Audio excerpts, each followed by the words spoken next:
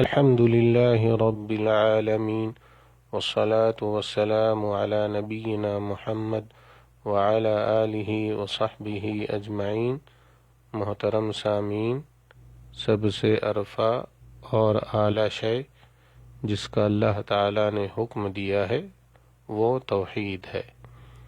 جو عمل توحید کے بنیاد پر ہو تو وہ اللہ تعالیٰ کے یہاں مقبول ہوتا ہے، اور جو عمل توحید سے عاری ہو اور خالی ہو تو ایسے عمل کا اللہ تعالیٰ کے یہاں کوئی وزن نہیں ہوتا۔ اللہ تعالیٰ کا فرمان ہے وَاعْبُدُوا اللَّهَ وَلَا تُشْرِكُوا بِهِ شَيْئًا، تم اللہ کی عبادت کرو اور اس کے ساتھ کسی کو شریک نہ کرو۔ سورۃ النساء آیت نمبر 36۔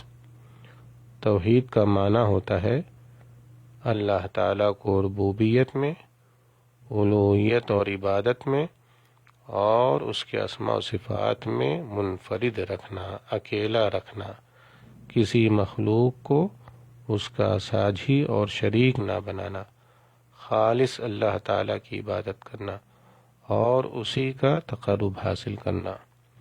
دینی بھائیوں، صرف اللہ تعالیٰ کی عبادت کرنا، صرف اللہ تعالیٰ کی بندگی کرنا اور اس کے ساتھ کسی کو شریک نہ ٹھہرانا، یہ اللہ تعالیٰ کا حق ہے جو بندوں پر واجب ہے۔ اللہ تعالیٰ کے تمام حقوق میں سے یہ حق بندوں پر سب سے زیادہ واجب ہے۔ اللہ تعالیٰ کا فرمان ہے وَمَا خَلَقْتُ الْجِنَّ وَالْإِنسَ إِلَّا لِيَعْبُدُونَ، میں نے جنوں اور انسانوں کو محض اس لیے پیدا کیا ہے کہ وہ صرف میری عبادت کریں۔ سورۃ الذاریات آیت نمبر 56۔ نبی صلی اللہ علیہ وسلم کا فرمان ہے حق اللہ علی العباد ان یعبدوہ ولا یشرکوا بہ شیئا، اللہ کا بندوں پر یہ حق ہے کہ وہ صرف اللہ کی عبادت کریں اور اس کے ساتھ کسی کو شریک نہ ٹھہرائیں۔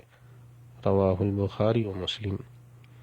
جس نے توحید کو اختیار کیا اور توحید کو شرک سے آلودہ نہیں کیا، اس کے لیے مکمل امن اور ہدایت ہے، اور اللہ تعالیٰ نے ایسے بندے پر جہنم کو حرام قرار دیا ہے۔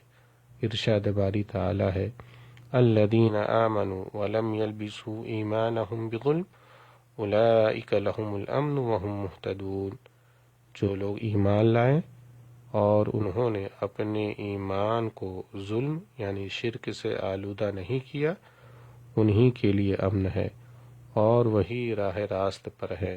سورۃ الانعام آیت نمبر 82۔ رسول اللہ صلی اللہ علیہ وسلم کا فرمان ہے فإن اللہ حرم علی النار من قال لا الہ الا اللہ یبتغی بذلک وجہ اللہ، جو شخص رضا الہی کی نیت سے لا الہ الا اللہ کا اقرار کرے، اللہ تعالیٰ اس پر دوزخ حرام قرار دیتا ہے۔ متفق علیہ۔ واللہ تعالی اعلم، وصلی اللہ وسلم علی نبینا محمد وعلی آلہ وصحبہ اجمعین۔